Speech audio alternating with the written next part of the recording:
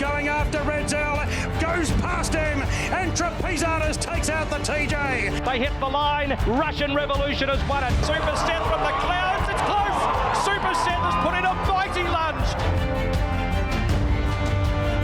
Loving gabbing in front, she's holding Geetra, she wins the big double, the Menacano and the William Reid Stakes, and it's a great performance. Personal takes the lead for Damien Oliver, his Six Oaks. Roaring away with a golden gift, aimed to sell, Paul's clear to win it by 3.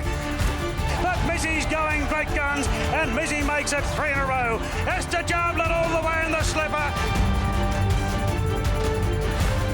Southern Legend, it's a thrilling finish. End of photo. Merchant Navy on the near side of City Light. They race up towards the line. City Light, Merchant Navy in a photo. Rocket Spade just in front. Rocket Spade, Milford in front, man. Rocket Spade won the derby. Down the inside, Rio Karori's trying to beg her back, but Run Fox Run wins it. Stronger in front, Skyfield slowly getting there, but the post is coming. Stronger, too much stronger. Stronger won the Centenary Sprint Cup. Bivouac grabbed by Exceeder, 2 drops them, and Exceeder top of the wall. Aristia on the Oaks from Graceful Glamour. Sue Torrey won the Newmarket. Fun Star full of running, and she's the star filly for the Flight Stakes. Flying Artie's hit the front late in the race though. Flying Artie, too good, won it well. She's coming hard, Natoya, going to Probabeel, and Natoya got up to win it. In the Congo in front, Animo trying to go toe for toe, in the Congo kicks, and in the Congo won the Golden Rose. Scorched earth from Argentia, who's going to have a dip late. Wild Ruler at the Inferno. Wild Ruler just in front of the Inferno. Wild Ruler. 3-4 lengths in front. It's put a gap in them. Home Affairs has made a mess of them. Home Affairs digs in for the fight. And neck, Nature's Strip thrusting. Home Affairs, Nature's Strip lunges. Photo finish. Home Affairs, I think, has just won from Nature's Strip. The 3-year-old stands up in a sea of stars. Hello and welcome to another of our special Inglis Easter Sale webinars. Last night we brought you our Easter Colts special. Tonight the focus is on the fillies and the outstanding pedigrees that are really synonymous with the Easter Sale. I welcome in the guests tonight, Brian McGuire from the Bloodstock Consultant at Adabel Neesham Racing, Will Johnson of William Johnson Bloodstock, and Will Stott, the Senior Bloodstock Consultant here at Inglis, and a colleague of mine has a particular affinity with sourcing some of these fillies and mares for our clients. Good evening all. Thanks for joining me on the webinar. Will Johnson in particular, I'm really glad you turned up because I know Brian McGuire told you today that the webinar had been brought forward to 1 p.m, which sent you into a bit of a panic. When did you realise he was kidding? I was panicking, but thankfully I know Brian well enough to know that most things are... Stitch up. Yeah. Good to have you here live at 6 p.m.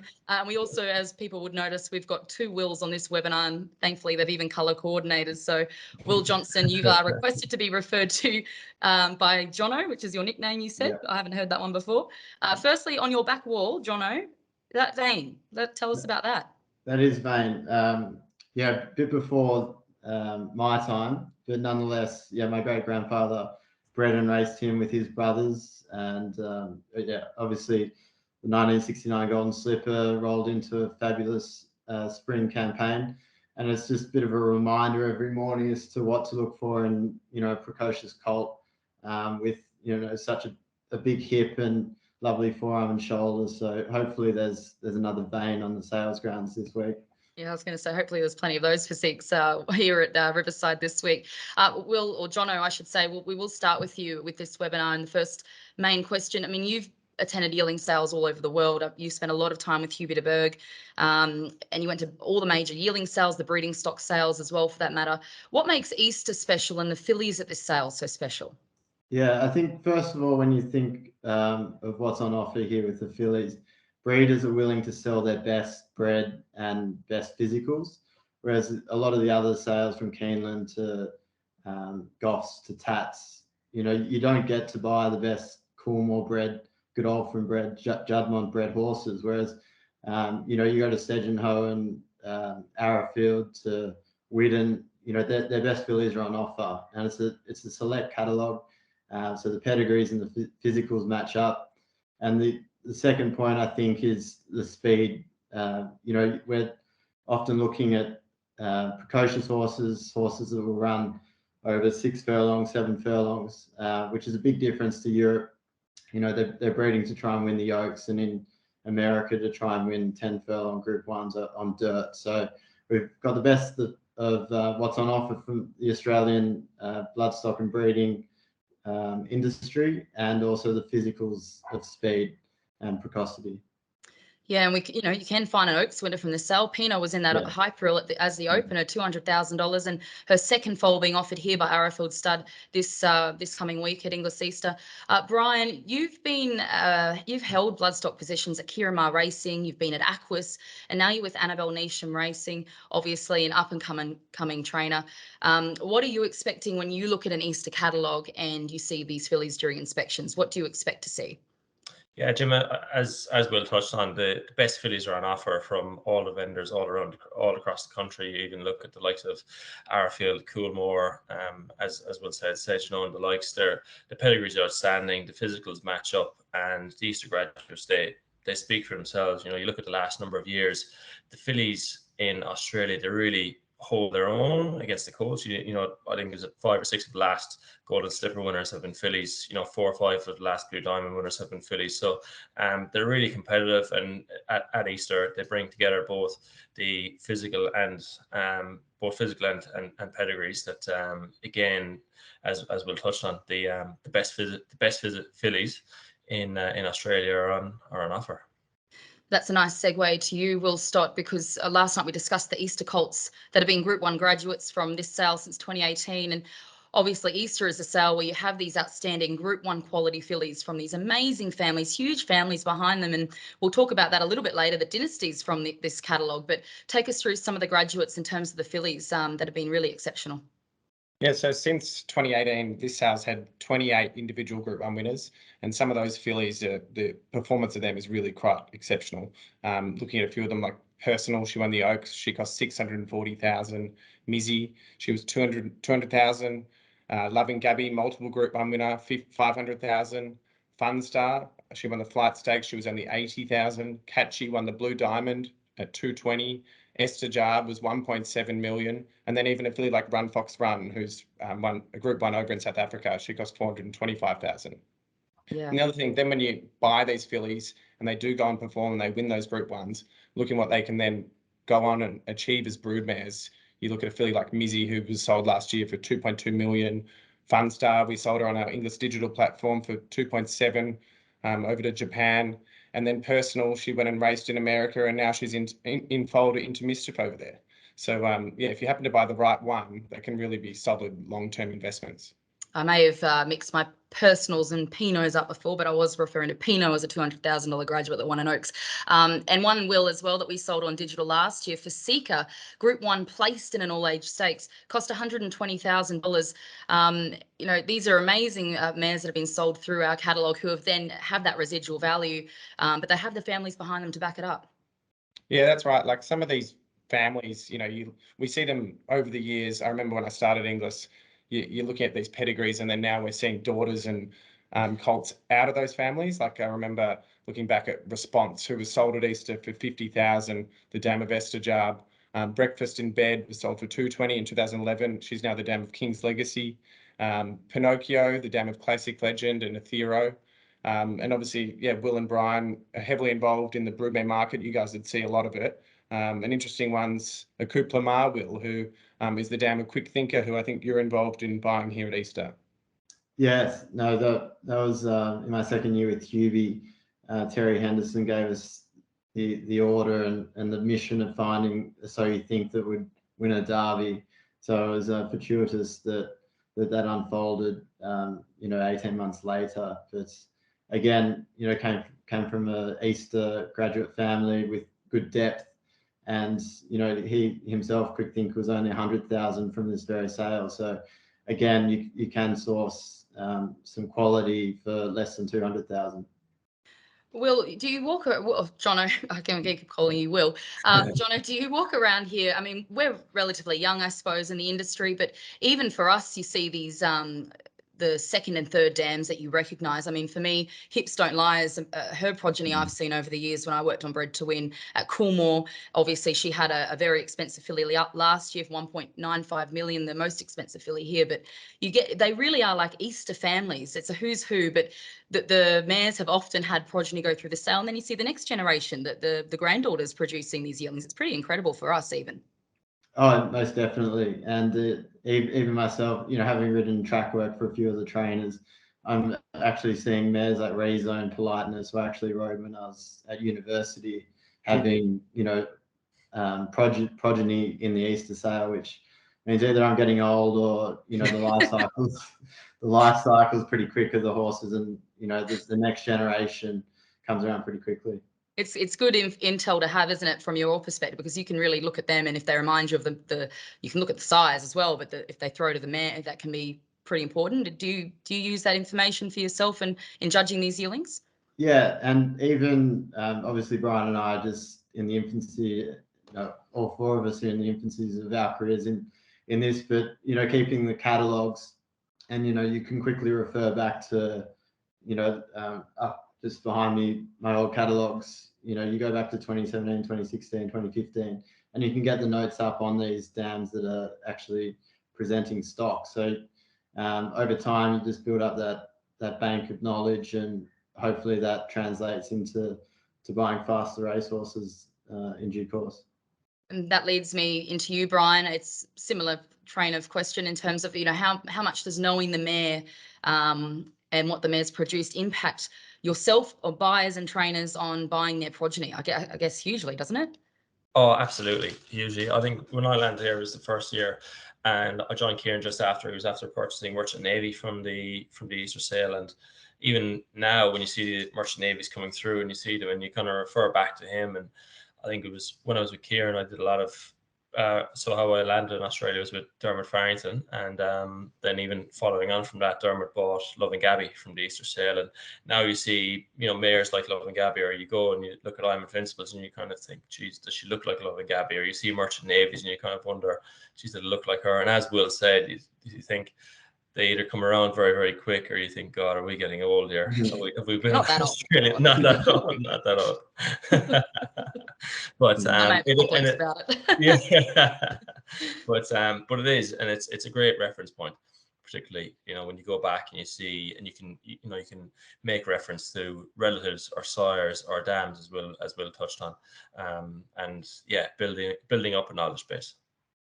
I'll stick with you, Brian, for a moment. Having that intel on the sire and dam, obviously, all agents will have that. You go and look at the stallions, and you obviously look at the yearlings over the years, and you get a bit of an idea of what the mare throws. But what would be your criteria that you or the Animal Nation team look for in a filly at Easter?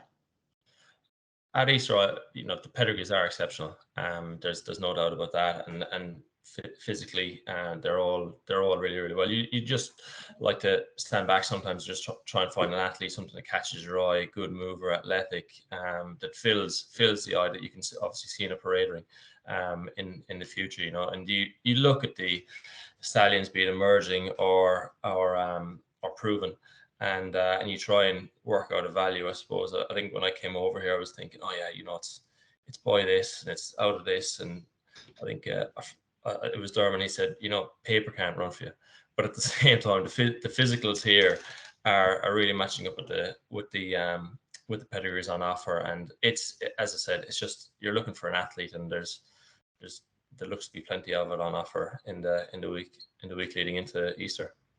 And Jono, for you, you're building a client base. What's your criteria? Because this sale does have a little bit of everything. You can have the Tavistocks and the staying type of fillies, the classic fillies. You've got the sprinting types that you touched on earlier. So I guess it depends on what your client's looking for in terms of criteria.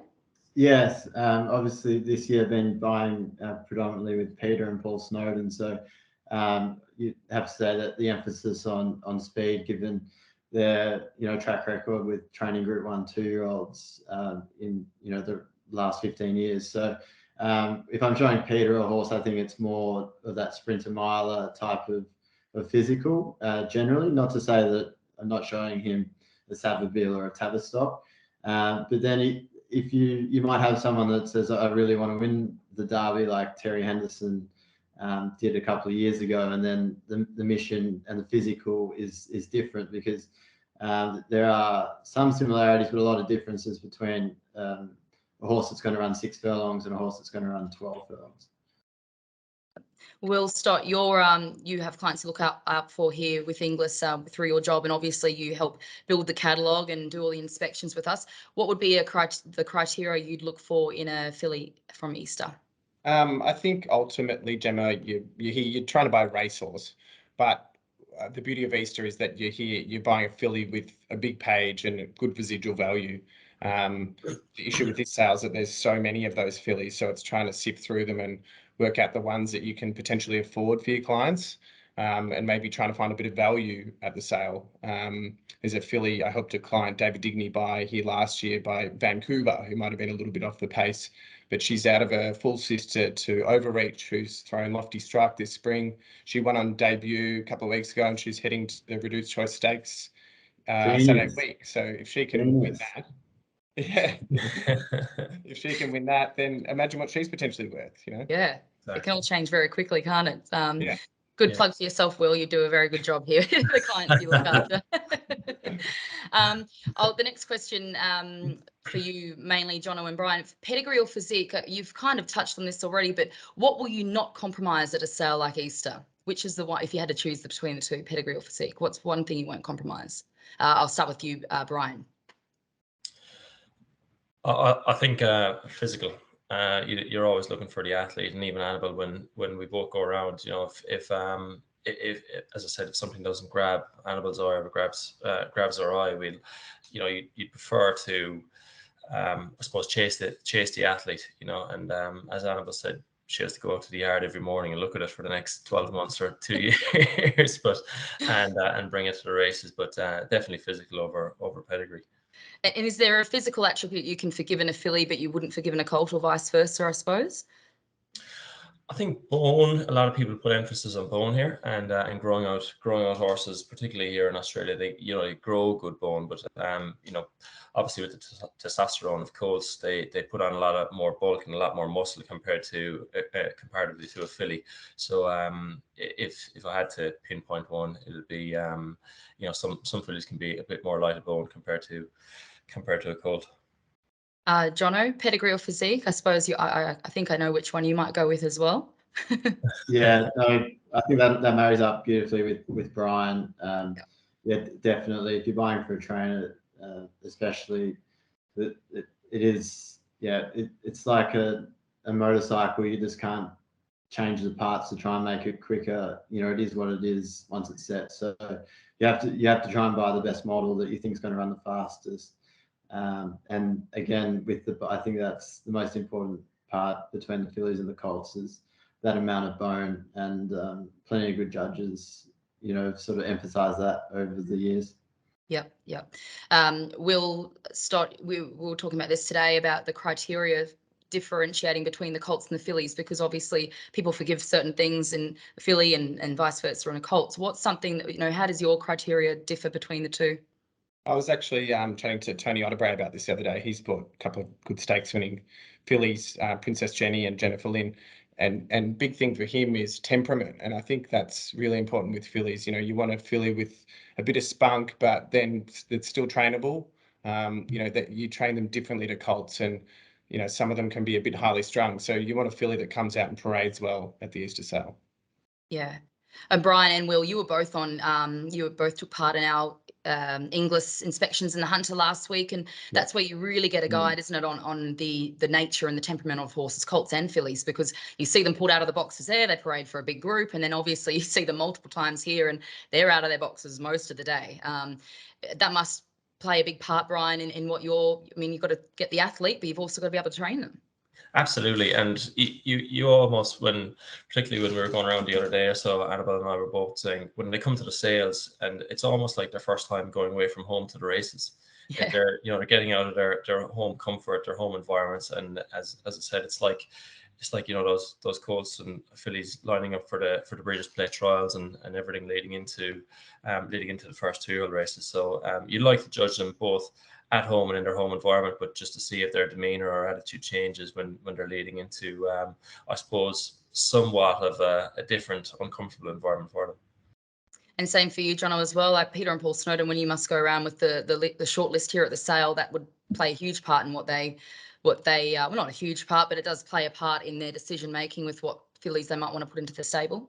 Yeah, exactly. And let's say a filly did misbehave. The first question Peter would ask is, did she behave like that the last couple of times you saw her? So that's where going back, seeing them on the farm or seeing them a couple of times at the sales grounds, or even, not necessarily pulling them out from the draft, but, if you just wander through and then you'll see the filly out for other people, and you'll get a guide as to a temperament there, if it's the same or if it's differing.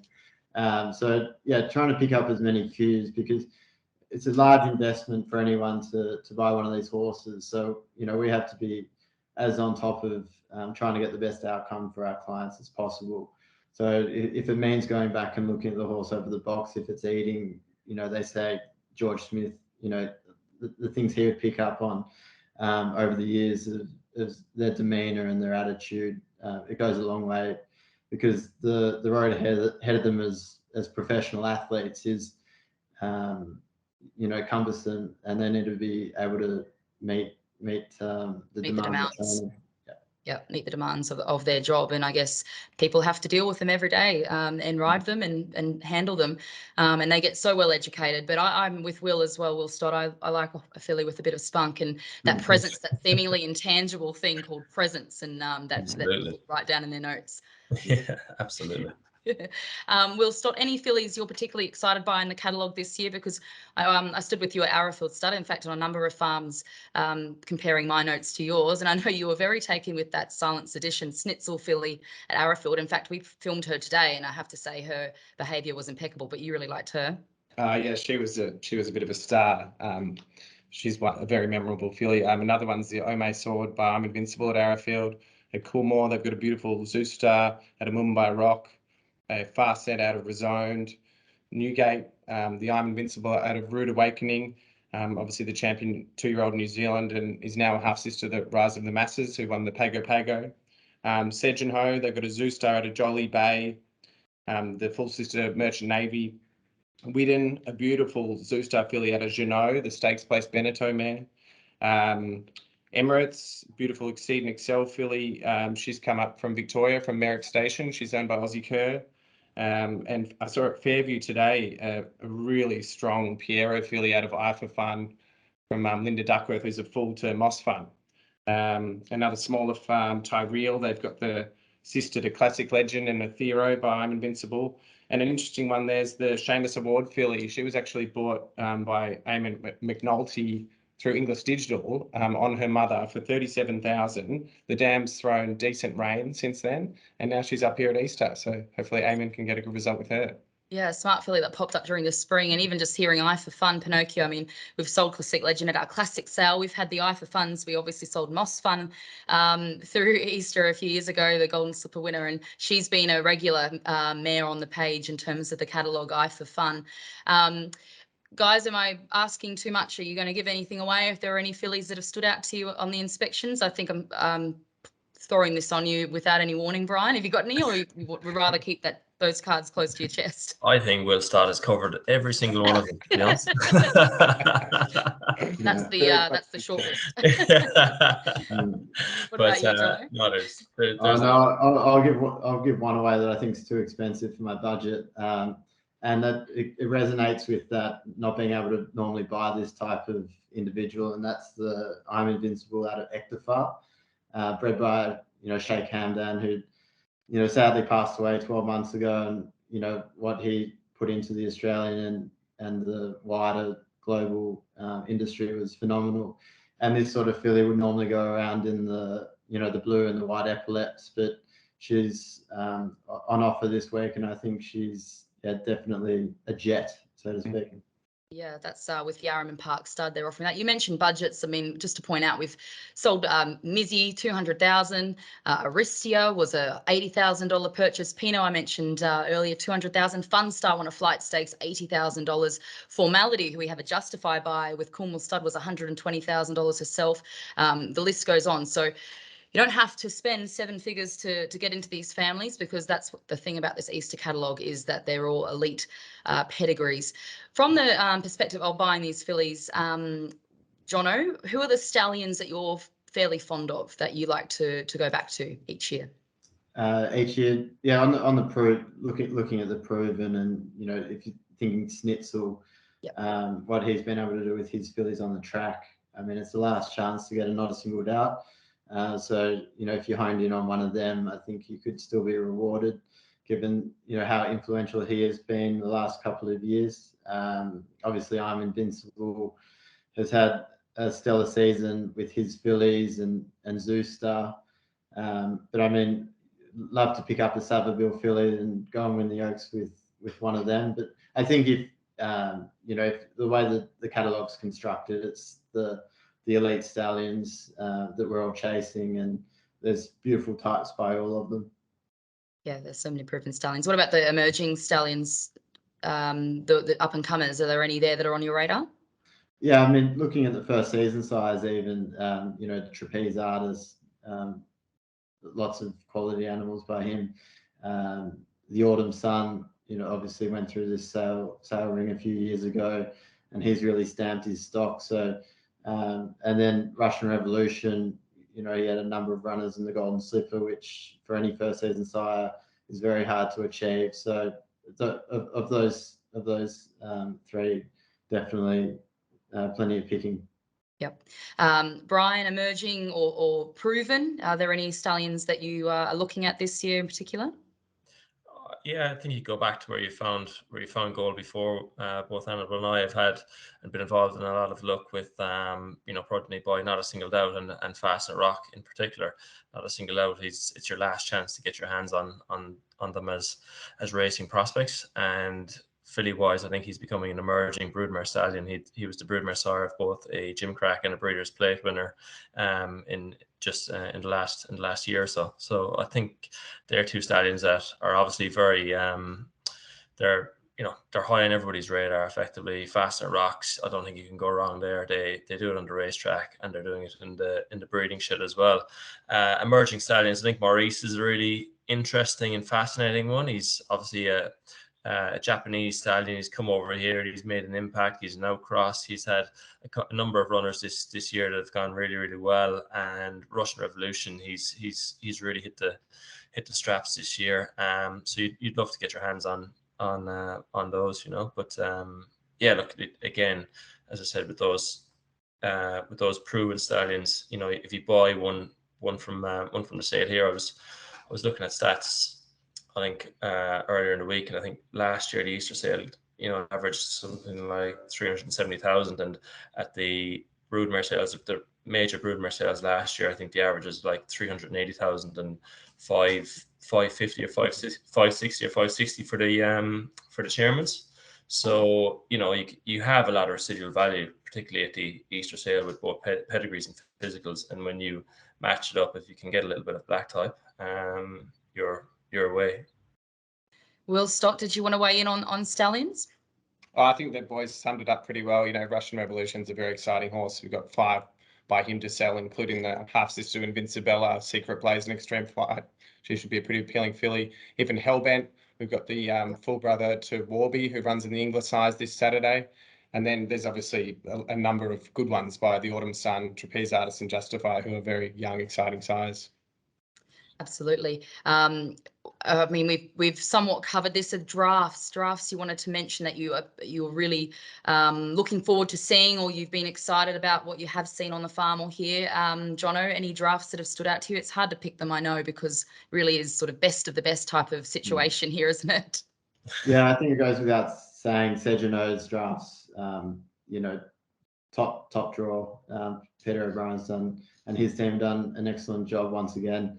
And I'm sure we'll see that in the coming days with the prices that they're able to achieve. But credit to all vendors. They've turned out their drafts in magnificent order, and it has been difficult the last 6 weeks in the prep, given how much rain there has been. So horses that would normally spend time in yards have obviously been indoors.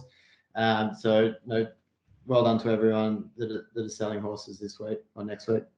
Yep. Brian, any drafts that you were struck by on the inspections? Yeah, there are a number of the big farms obviously that have a lot of quality in them. The likes of, as Will touched on, said, Newgate have a fantastic draft. It's one of the biggest ones they've offered at Easter, I would imagine. Widden again, they always bring a very good quality to Easter.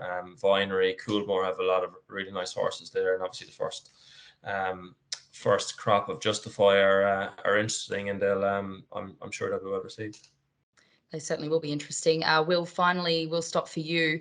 I mean, this time of year, we've got catalogue updates galore, don't we, with the families and pedigrees that are being updated with our stakes racing on the weekends. What are some of the ones to note? I mean, we've got siblings to Home Affairs, Lost and Running, Captivant, Bound Declare in the catalogue. But have been any recent updates that are worth mentioning?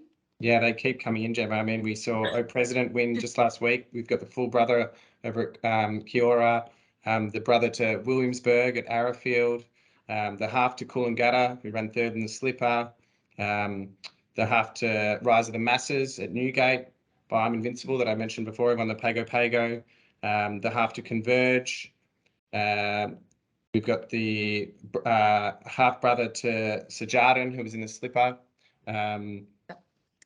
You mentioned Lost and Running, the full sister to him, and the half to Argentia, just to name a few. There's a stack. Yeah, that's just a few. Will Johnson, why buy a filly instead of a colt? I mean, we've talked residual. Is if you can leave residual out of it, is there any? What's the point you would convince someone to buy a filly instead of a colt? Yeah, you don't have to go to filly.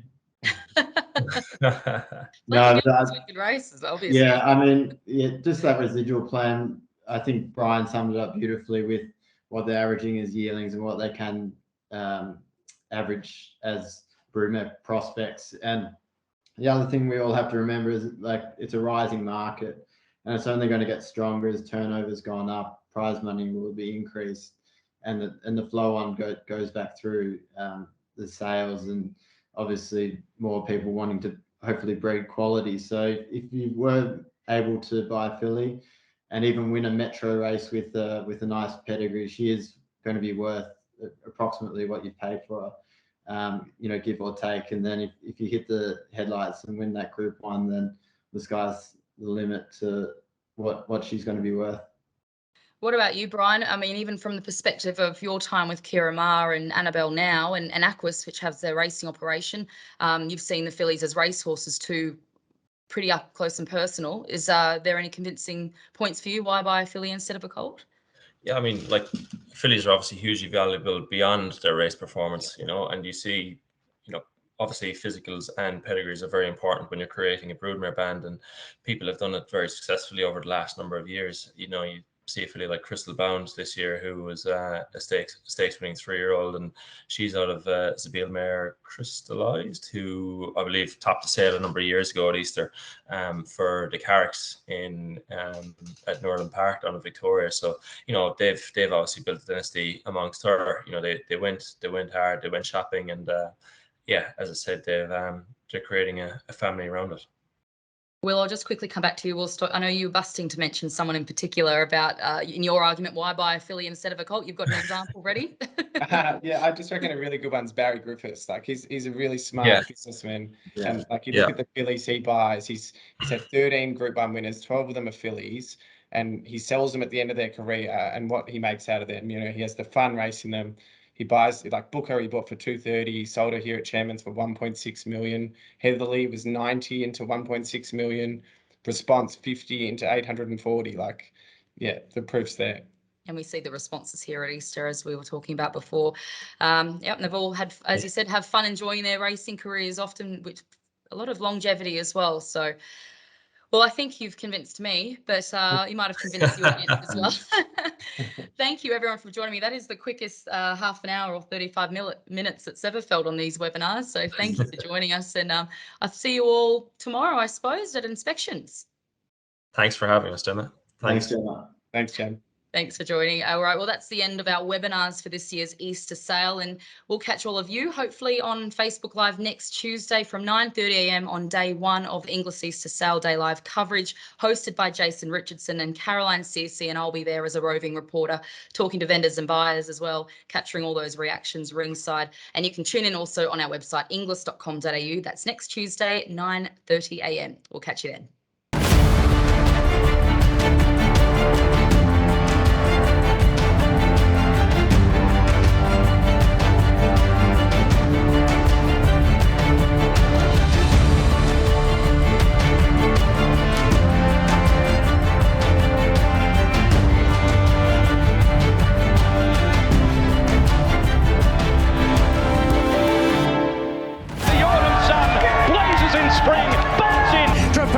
Going after Redzel, goes past him, and Trapeze Artist takes out the TJ. They hit the line. Russian Revolution has won it. Super Set from the clouds. It's close.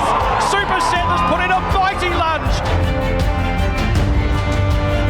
Loving Gabby in front. She's holding Geetra. She wins the big double, the Menacano and the William Reid Stakes, and it's a great performance. Personal takes the lead for Damien Oliver, his Sixth Oaks. Roaring away with the golden Get Dame to sell.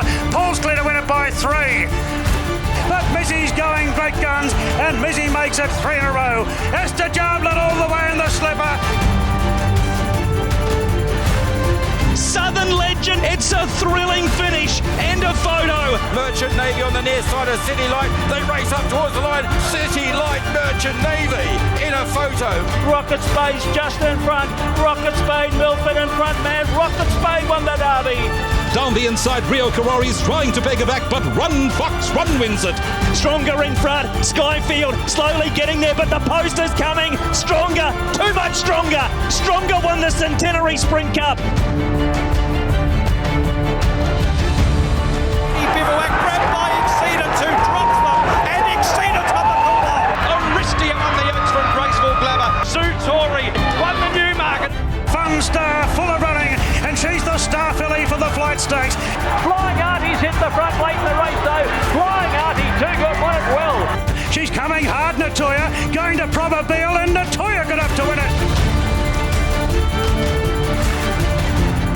In the Congo in front, Animo trying to go toe for toe in the Congo kicks, and in the Congo won the Golden Rose. Scorched Earth from Argentia, who's going to have a dip late. Wild Ruler at the Inferno. Wild Ruler just in front of the Inferno. Wild Ruler. 3-4 lengths in front. It's put a gap in them. Home Affairs has made a mess of them. Home Affairs digs in for the fight, and next Nature Strip thrusting. Home Affairs, Nature Strip lunges. Photo finish. Home Affairs, I think, has just won from Nature Strip. The 3-year-old stands up in a sea of stars.